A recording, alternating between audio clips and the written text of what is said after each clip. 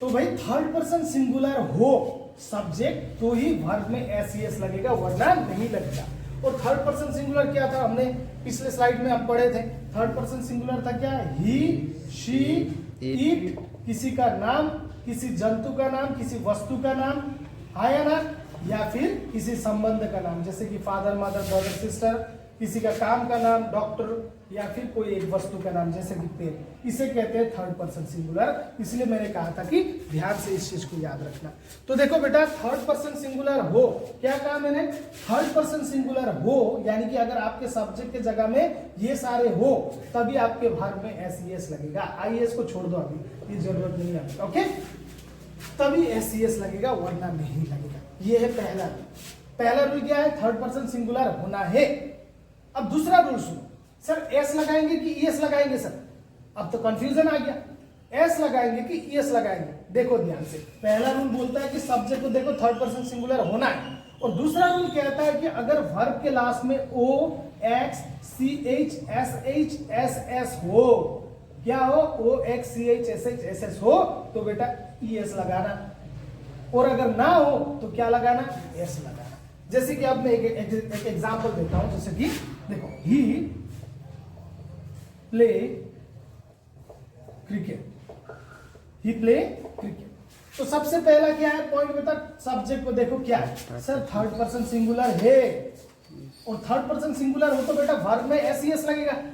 अब ये कौन बताएगा, वर्ब का लास्ट में देखो क्या है, वाई, क्या इनमें से है, नहीं है, तो ई एस नहीं लगाएंगे बेटा, एस लगाएंगे। तो आंसर बनेगा he plays cricket. He plays क्या बेटा, क्रिकेट। हो गया। अब दूसरा अगर मैं तुमको उदाहरण देना चाहूं, देखो बेटा, आई प्ले क्रिकेट, आई, और एक देता हूं, देखो, she go to market, she go to market. अब ध्यान से देखो बेटा, सब्जेक्ट क्या है, she, sir third person singular है, पहला रूल खत्म। अब वर्ब के लास्ट में देखो बेटा क्या है, ओ, और अगर ओ हो तो तुम क्या लगाओगे, यस, तो आंसर बनेगा she goes to market. She goes to क्या बन गया बेटा, मार्केट बन गया। तो बस इस तरीके से याद रखना। और एक चीज बताता हूं, देखो, I go to market, I go to market. पहले रूल के मुताबिक सब्जेक्ट देखना है, क्या सब्जेक्ट थर्ड पर्सन सिंगुलर है, नहीं है। जब पहला रूल ही नहीं लगेगा तो एस ई एस का सवाल ही पैदा नहीं होता बेटा, याद रखना इस चीज को। एस ई एस नहीं लगेगा, बस जैसा है वैसा है, आई गो टू मार्केट, बस इतना ही होगा इसका आंसर। तो सब्जेक्ट देखना है थर्ड पर्सन सिंगुलर है, और सेकंड थिंग वर्ब के लास्ट में देखो अगर ये है तो एस लगेगा, और नहीं है तो एस लगेगा।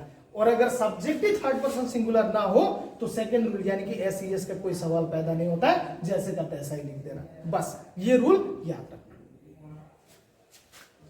अब यहाँ पे कुछ एग्जांपल्स हैं जिनको देखना काफी जरूरी है। ही प्लेज, देखो बेटा, ही क्या है, थर्ड पर्सन सिंगुलर है, इसलिए वर्ब में क्या लगा, S. She goes to village, देखो बेटा, शी थर्ड पर्सन सिंगुलर है, इसलिए वर्ब में ई एस लगा, क्योंकि ओ लास्ट में हो तो ई एस लगता है। अब दूसरा बात देखो, लोकेश किसी का नाम है जो कि थर्ड पर्सन सिंगुलर है, इसलिए वर्ब में क्या लगा, एस लगा। कोमल किसी का नाम है, इसलिए वर्ब में क्या लगा, ई एस लगा, नहीं सॉरी एस लगा, क्या लगा बेटा, एस। अब देखो, द सन यानी कि सन यानी कि क्या पता, सूरज, सूरज क्या पांच है क्या, एक ही तो है, कोई भी एक चीज, तो एक चीज यानी कि थर्ड पर्सन सिंगुलर, इसलिए वर्ब में क्या लगा, यस। तो याद रखना बेटा, ये जो थर्ड पर्सन है इसलिए वर्ब में एस ई एस लगा। लेकिन इसके जगह पे अगर ही के जगह पे यहाँ आई होता तो एस नहीं लगता, अगर शी के जगह पे यहाँ पे वी होता तो एस नहीं लगता, अगर लोकेश के जगह पे यहाँ पे दे होता तो बेटा एस नहीं लगता, और इसके जगह पे अगर पकड़ लो, इसके जगह पे अगर गर्ल्स होता, क्या होता, गर्ल्स, एक से ज्यादा है ना, तो एस नहीं लगता बेटा, समझ में आया। तो थर्ड पर्सन सिंगुलर बड़ा इंपॉर्टेंट चीज होता है, और थर्ड पर्सन सिंगुलर हो तो वर्ब में एस ई एस लगेगा, ना हो तो नहीं लगेगा। सिंपल प्रेजेंट का दो रूल क्लियर हो गया।